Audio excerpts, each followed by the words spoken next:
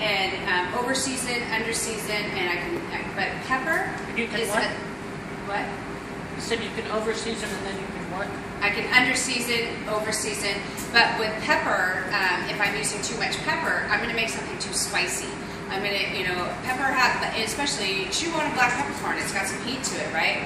So I can't remove any of the pepper flavor. I'm intensifying pepper flavor. So I want you to just only use salt and keep it separate here, salt and pepper separately. Okay, so don't mix the two of them together.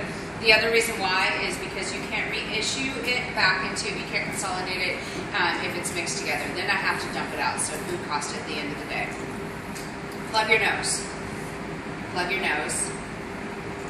Eat your Skittle. Chew it. Grab your nose. No, I can't eat it. Oh. No fun for me. What do you taste? Taste. Sweet? Yeah. A little sour? Remove your nose.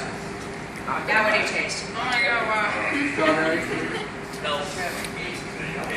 That's flavor. That's flavor. That's why when you have a cold, you can taste the salty chicken soup, but you can't experience the flavor of that chicken soup, right? It's a difference between taste and flavor. That's a good. So, eggs. Eggs. Eggs. Eggs. I like eggs. Oh. Thank you. I didn't break it. Turn it off. So, eggs are actually, how many of you have ever raised chickens? Right here, I got fresh chicken in the house. Oh, where are the eggs? I'll bring some eggs in. Bring them in. One of the things that you notice between and eggs, I know, again, we talk about these very common ingredients, but there's quite a bit to it, right? And being able to cook an egg, that's how, basically where all these peaks in the hat is how many ways a chef can cook an egg. Darn, I'll bring it in on Monday. Somebody's going to remind me. I have this book by Michael Ruhlman. Guess what it's called? Eggs. Eggs. That's exactly right.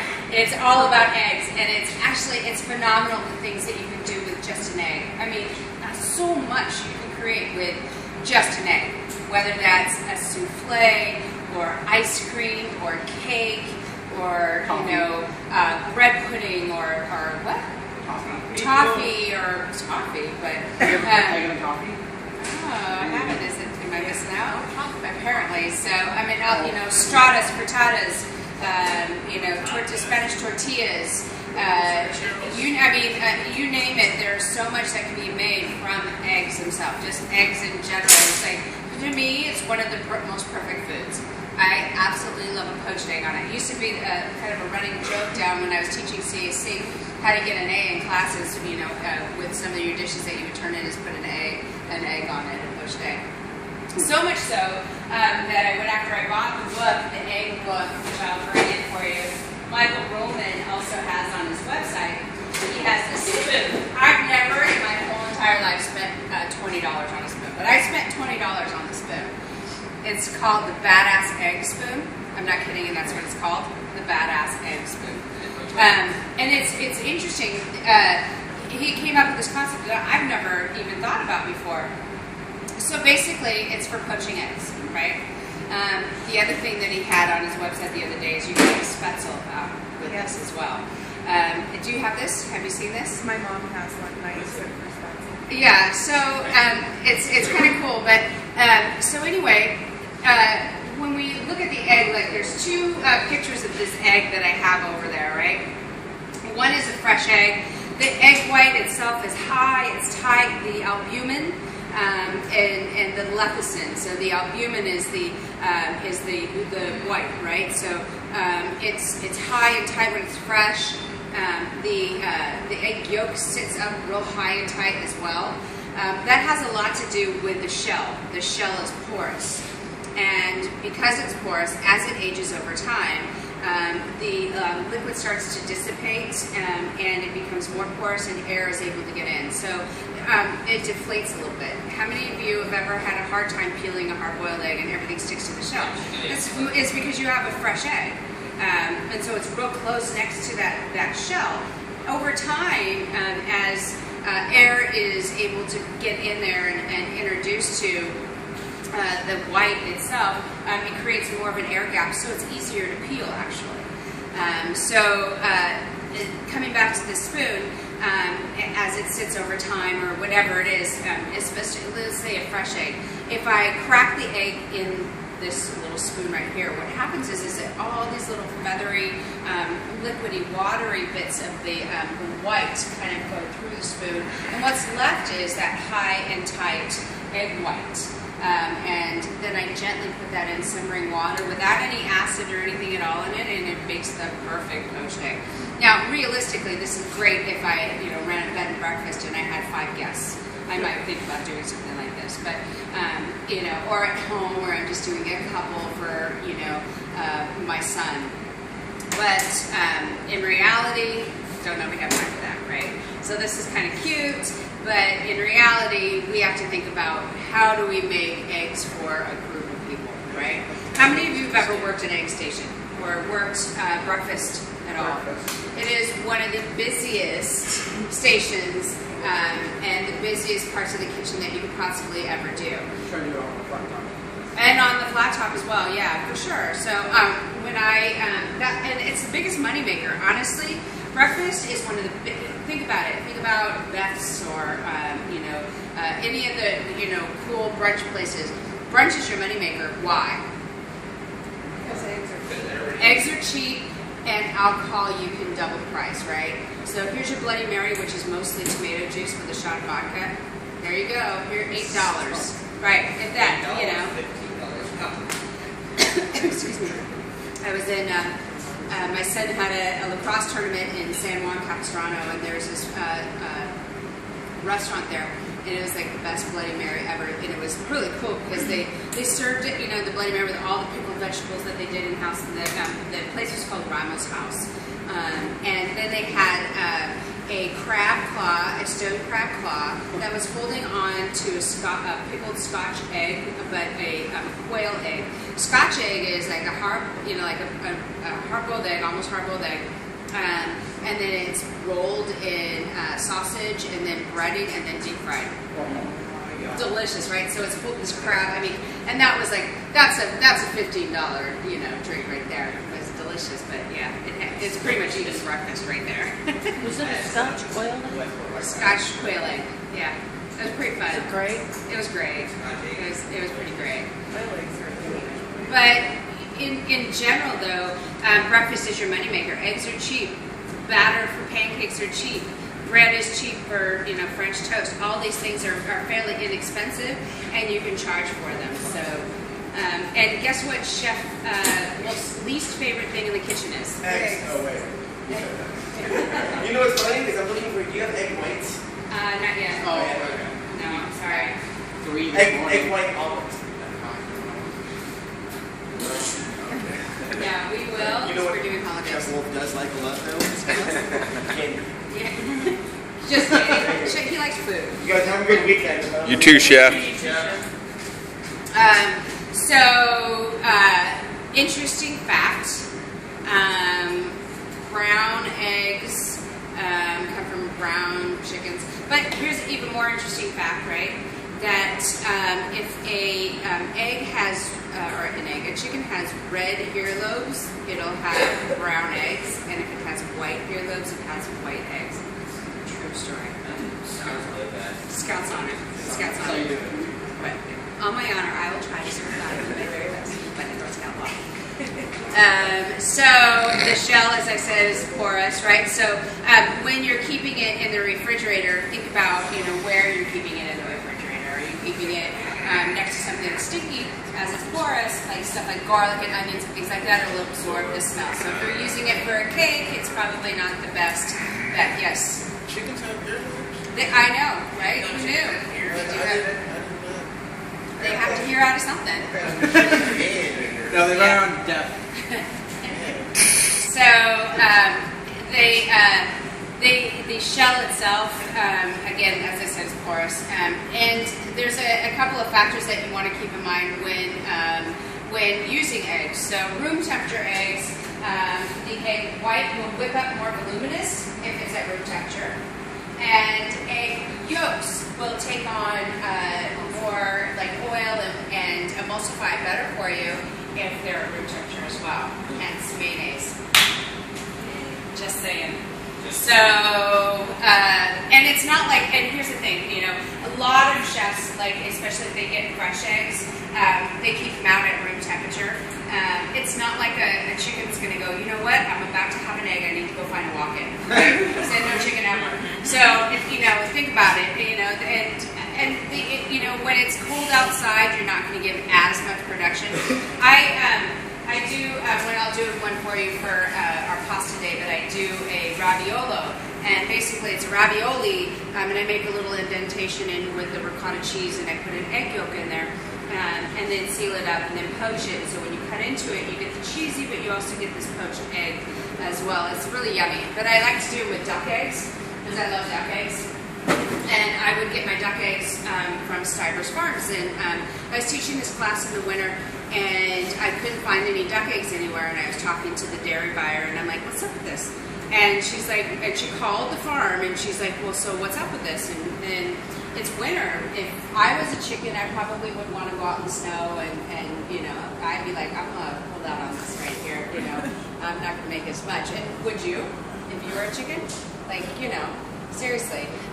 Unfortunately, the problem is with egg production in the United States, or just in general, but mostly in the United States, is that, again, a demand, we want.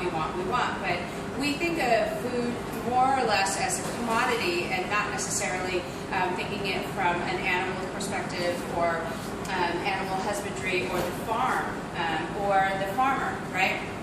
I don't know of any farmers that are out there to make a bunch of money, but they are like chefs. They are passionate about it. There's something it's in their blood. They've always done it, or whatever it is, or it's something they truly believe in. But as a commodity, right, mass production of it, the animal is not even taken into consideration. So, you know, chickens, as they're hatched, the males are thrown into these bins and ground up and killed right away. And that's tough for a lot of people to think about. But people don't think about that when they are buying their chicken at Walmart that's packaged in these little styrofoam containers. They don't think about the big bins filled with baby male chickens that are crushed up and ground up for feed. All right, what do you need, sir? What if you do a simple recipe for ketchup? Google. That's what we did. I figured we have one, but it just... Actually, can I pass one? Walmart aisle 12 ketchup. What? You're a culinary Scott. So, are you also ketchupy? Yeah. So, yeah, can I pass one? But factory farms think of food as commodities. So, you know, basically, I mean, if you've ever seen Food Inc. or any type of movies, you know, whatsoever, you realize that it's just like your Nike shoes. That's how people, you know, think of, you know, chickens, really, or eggs.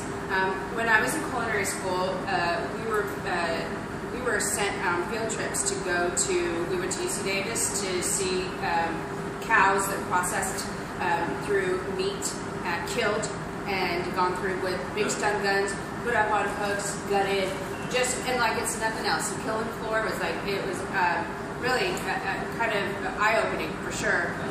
And also a chicken processing plant. Have any of you gone to a chicken processing plant? It's one of the most disgusting things ever, right? I've seen a documentary about it. Yeah, it's kind of amazing when you think about it. I ruined a pair of shoes there once. You what? Ruined a pair of shoes because I was touring it and didn't realize that the water was sluiced down, you know, to keep them cool so that they wouldn't rot. Yeah. And they go through the floor into the drains, and I didn't have any rubber booties. It's kind of Delicious. But what they really do, so, you know, for chicken processing is, if you think about chickens, female chickens are just like any type of female. Females, we go through estrus, right? They, you know, release an egg, or, you know, they release egg once a day, or however many they do. Female chickens do. Us humans, a little different. But it's the same kind of process, right? So the factory chickens are given hormones, so they're constant estrus. They leave the lights on, so they think it's daylight and it's time to lay eggs. They don't rest. They are stacked on top of each other. Their beaks are cut off. They're given so much hormones that they're top heavy, so their legs are generally broken or injured. And they're pretty much crapping right on top of each other, and all for our morning breakfast eggs. Now, if you think about where your eggs come from, the problem with eggs, though, is I can say, oh, this egg was naturally nested or free range or organic. But what does that really mean? So I can say that it's free range, and all I really have to do is be able to give it some outside time. So I can stack buttloads of chickens all in one room. But if I have something that's the size of this little section right here that they can walk in and out of, I can call them free range. They have, are naturally nested. Well, they can be in a room. I mean, there's really no governing, sanctions to say what those means. There should be, but there really isn't. So they can be naturally nested, so that doesn't mean that they're in a coop, but it means that they're all packed in one big room. Organic, what does that mean? It really, all that means is that they're given organic meal. And chickens can be given anything from bone meal to chicken product, right? So basically they're eating their own. So thinking about where you get your product from, whether that's, for me personally, I get my eggs and I pay a premium for them, but I buy eggs that are, from farms that I know that are treating their animals ethically. But that's my choice, and that's how I choose for what I choose for my family. It's how you go about thinking about your food and really your world and your mark on it globally. When you say premium, what do you mean for yourself?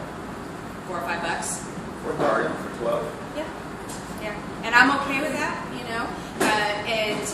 the thing is that if I know, and the thing is that I will go to my farmer's market and buy my eggs, and I will meet the person who is raising it. I've never, for me, I've always wanted chickens. I was up at, you'll hear me reference it, but I was up at Pulaski at that farm school. And I've never personally gotten an egg from underneath a chicken. And this other gal, who's another chef instructor, and this other guy from New Jersey who worked for Sodexo, who's a big corporate chef.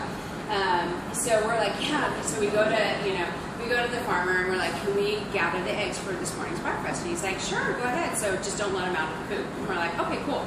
So awesome. So what do? We just go in there, just reach underneath. So we're all in there. And this guy, so I go first, because I always go first, right? I'm like, I'll do it, me, I'll go. But we go in the chicken coop, and they have these, coops that they move all around, it just, they treat their animals so beautifully there. And so I go in, and the gal comes in behind me, and New Jersey is the last one, towards the back. So I'm getting like, here, chicken, I'm gonna get a little egg, I'm doing my thing or whatever. So I'm bending down like this. And then the gal behind me, and then I hear, she turns around, she goes, oh crap! And all I know next is I'm hands in deep in chicken shit, knees, because he had left the door open. All the chickens are running out. He freaks out, pushes her, she pushes me, and then we're running around the yard, all over the place, trying to get the chickens back into the thing. And our farmer is just like, he's just looking at us, and he's like, oh my God, we just did it here, right? He's like, don't worry, they'll all go back. And they're just whatever. But it was hilarious, and I'm covered in chicken crap for the rest of the day. So, good times. Nice. Did you get the egg though? Yes, I did. I got the egg, and I was very satisfied with that. Did it cluck at you? Well, they were clucking all over the place. And then when they started flapping around, I started freaking out. Oh, my God, Push them out of the way. good stuff. So, huh? No. It takes a lot for me to really get grossed out by things. I've eaten most things. I've eaten, and like from balut to whatever. One of the things I had downstairs was bring in something really exotic. And so I've eaten everything from silkworm grubs to balut to balls to you name it. But I've eaten it. Have you had As long as it doesn't, as long as it's not wiggly, You ever had I'm fried okay. squid? Yes, chef. Everything, You sure. ever had fish? Yes. It's nasty, isn't it? Oh, last term I had in the thing with the scotch. Haggis. Haggis, yes. Haggis? Yeah, Okay. Christian actually got haggis in. And I was With just listening on NPR, they were with saying like, that they were lifting the ban ugh. on lung. She, how was the haggis? It just That was said- fine, it was good. I mean, there's What like, is so it's basically lung, liver, oatmeal, and wrapped all in this kind of sheepskin. mixture wrapped inside a sheep's stomach and then poached. No. Are you sure? So let's talk about the egg. So the egg itself, the protein, the white, the membrane. So basically, the white itself has half the nutrients. The white is actually the I can't see if you do that. Oh, sorry. So it has all of the half the nutrients in there. The other half comes from the lectin itself or from the egg yolk. So the albumin has many different layers. It's interesting. I was listening to Michael Roman, and he was talking on KCRW, and he was talking about the process that happens of the processing of how a chicken makes an egg. I thought this was fascinating because basically it starts off with as the egg drops, the yolk part comes down and it develops the yolk, and then this enzyme forms around it, and as the enzyme hits the air, it becomes hard, and that becomes the shell. That is absolutely fascinating to me, these different types of processes that can happen just inside an animal. Is there somebody there? So the nucleus of the egg is the yolk itself, and that's basically what the baby chick feeds on. Have any of you ever had balut? It's a fertilized duck egg, right? So if you crack it open, what you'll see the little chicken sitting outside of the and it's feeding off of the yolk itself, and it'll have all of that intact. And don't diss it until you try it, right? It depends on how mature it is too, how developed the feathers are, the beak. I'm good at that. Oh, it's good stuff. But the color of the yolk is a direct reflection of the diet of the chicken, right? So if it's able to get lots of worms and bugs and things like that, it'll have a nice bright orange, kind of yolk. But the ones that we use here are, again, they're factory, so they are all pretty neutral yellow color. In New Orleans, during the crab balls, or the crawfish balls, they'll give the shells to the chickens, and their yolks will be bright blood red. Oh, wow. That'd be a little disconcerting, wouldn't it? They're so good though. Crawfish shells. It's the best eggs. So when I was teaching kids camps, we all have camp names. You know how you all have camp names, So I was teaching a science camp, and it was on the eggs, and mine was Chef Chalaise, because I think that's just awesome. Hey, Chalaise. So Chalaise is like the little coils, the shock absorbers that keep the yolk intact. Otherwise, it would go bang, bang, bang, and be scrambled in the shell, right? So those little coils are called Chalaise. So they're like little springs. So you don't need to remove them. But basically they're shock absorbers. So the air cell is the air gap. So as it's hatched, or not hatched, or as it's laid, when it's exposed to the air, it develops their air cell. Anomalies like blood spots or double yolks, that's twins. We all have blood spots. We all have, anytime that there's any type of injury. Doesn't mean that it's a bad egg. It's a little off-putting when you break into an egg and it's bloody. But doubles mean that they're twins.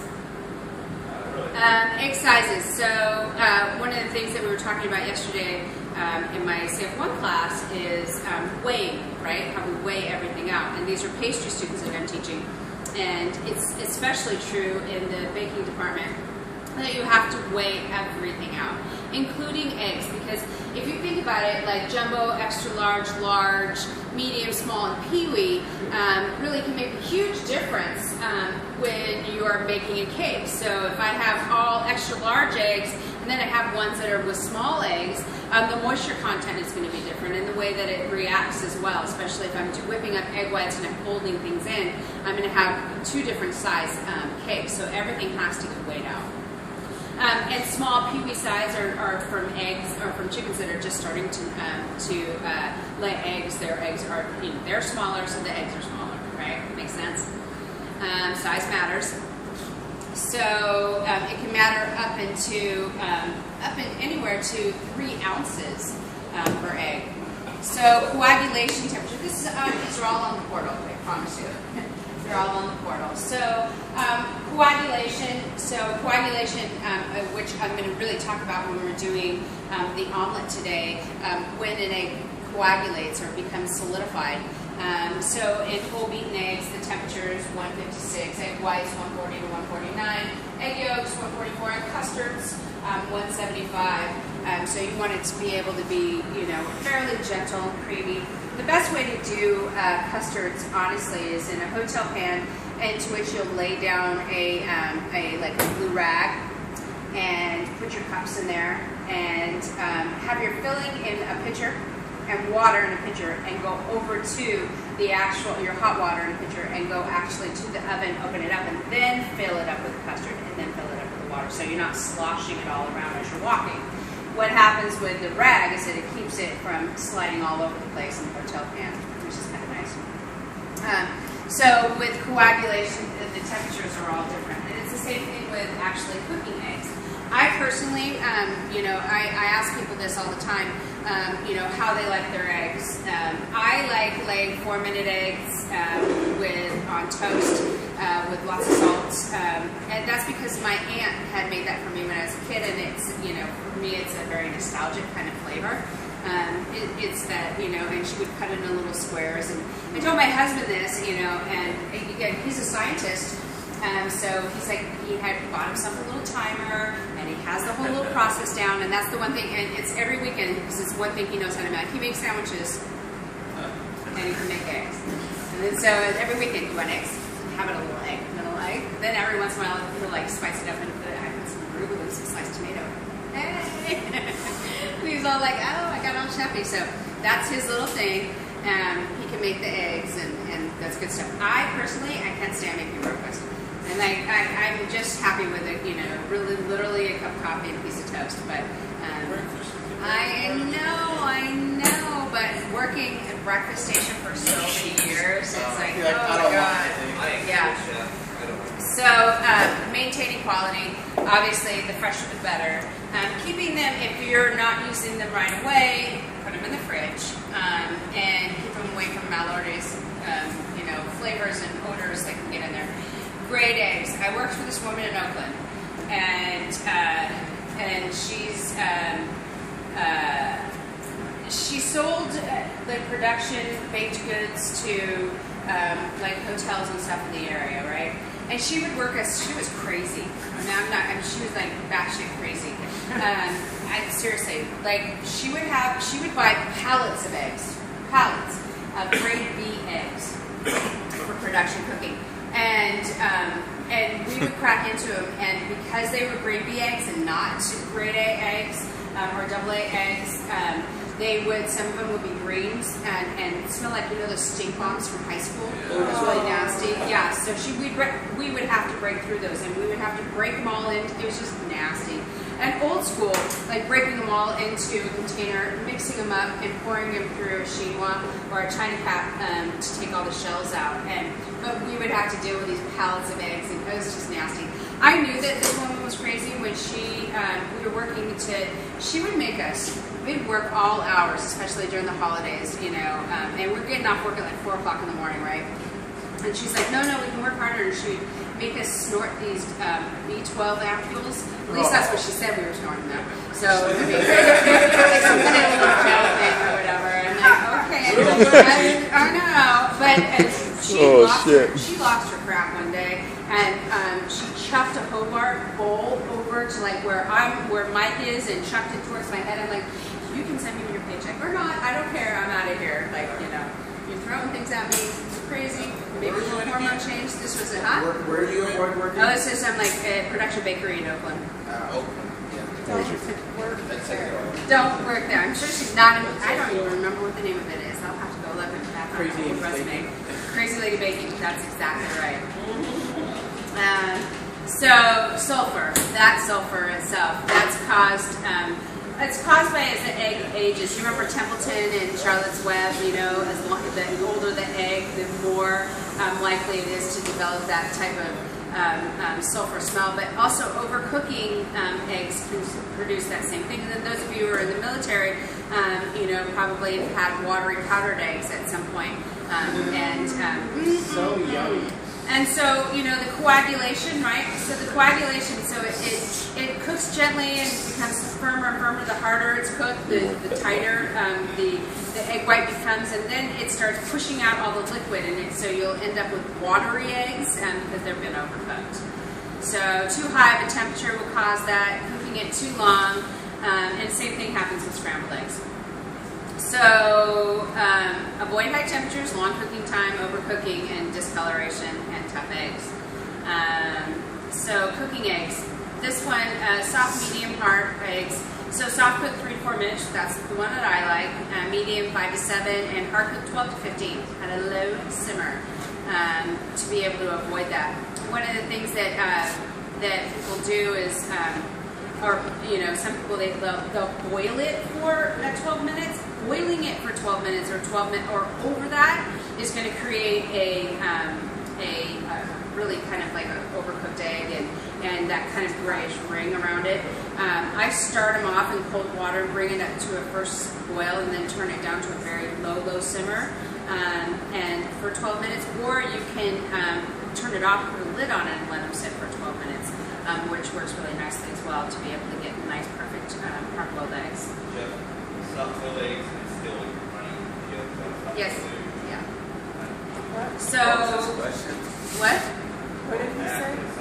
Soft-boiled eggs is still running in the middle. Poaching eggs. So there's lots of ways to do them, right? So you learned downstairs the Vortex method, right? We've never We didn't do it. She didn't do that with you? No. We didn't watch eggs. Oh, so there's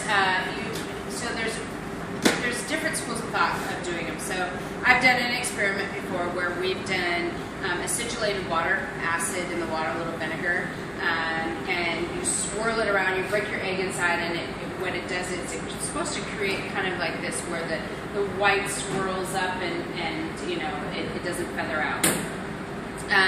I've also done it with just a little of acidulated water. Now, just a little bit is the key here. Because too much acid in the water, what happens is the acid helps in the coagulation of the egg white. But too much acid, what happens is that the egg white becomes tough and sour. And it actually can pull itself away from the yolk. So just a little bit, and then you just let it sit in the simmering. And they came out really, really nice. And then also the other way to do it is a little bit of acidulated water. Bring it up to a boil, the water. Turn it off when it comes up to a boil. Drop your egg inside and put a lid on it. Let it sit for 2 minutes. Perfect. And turn off the heat. Turn off the heat. Put a lid on it.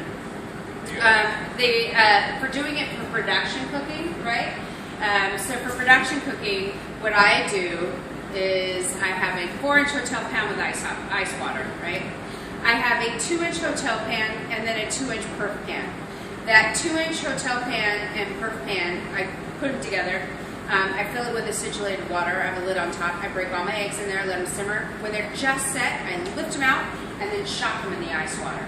And that way, when I get an order for it, order in, 1 eggs Benedict, I'll grab 2 and rewarm them up, have a dry towel, and they're ready to go. They can stay in the refrigerator for, a couple days at post. So you can do them ahead in advance. Fried eggs. So we're gonna do sunny side up eggs. I don't like any color. Again, So do y'all know who Michael Rollman is? Or not Michael Rollman. John Besh. Yeah. So he's this Louisiana cook, and he's got great hair. Yes. So anyway, he was talking on the show, and he does these eggs, and it just sounded so fantastic. I just had to try it. So he takes like this little cast iron skillet and smears it with sweet cold butter and breaks some eggs in there, and puts a little bit of salt, and kind of lets them sit barely on a pilot, barely at all at any heat. And so the white becomes nice and custardy, everything is set, and the egg yolk itself is nice and runny. There's not any like snotty white on top, and they come out perfectly every time. So I'll show you that today. Cooked to order, sunny side up, and then basted eggs. Quite often people will, put a lid on it. Basted means that it has fat or poêlé, fat over it, but you can put a lid on it if you wanted to. Generally, in a lot of breakfast cooking, that's what they'll do for eggs. But flipping them and doing over easies and over mediums. We'll start off with one, and then we'll do two at a time, and then we'll do over mediums. And anybody over orders. Does anybody in here eat them over hard? If I eat it at all, but I'm not. All right, I'll get that. Corn egg sandwich. What's that? Corn egg sandwich. That egg sound. I like that it would break something. My mom would make them for lunchbox. They'd be over hard. So I like it for that reason. It's a memory thing. Right. So sheared eggs. I can probably. We'll see if we have some of the. I don't know. It depends on how much cheese I get. But basically, it's a little egg and cream and butter, and it doesn't suck. Scrambled eggs. I'll show you that. Should be soft and creamy with a large curd. And omelets. So these aren't very good examples. These both look like westerns to me, but the bottom one is definitely a western omelet. The top one is not a French omelet. I will show you that. So let's make some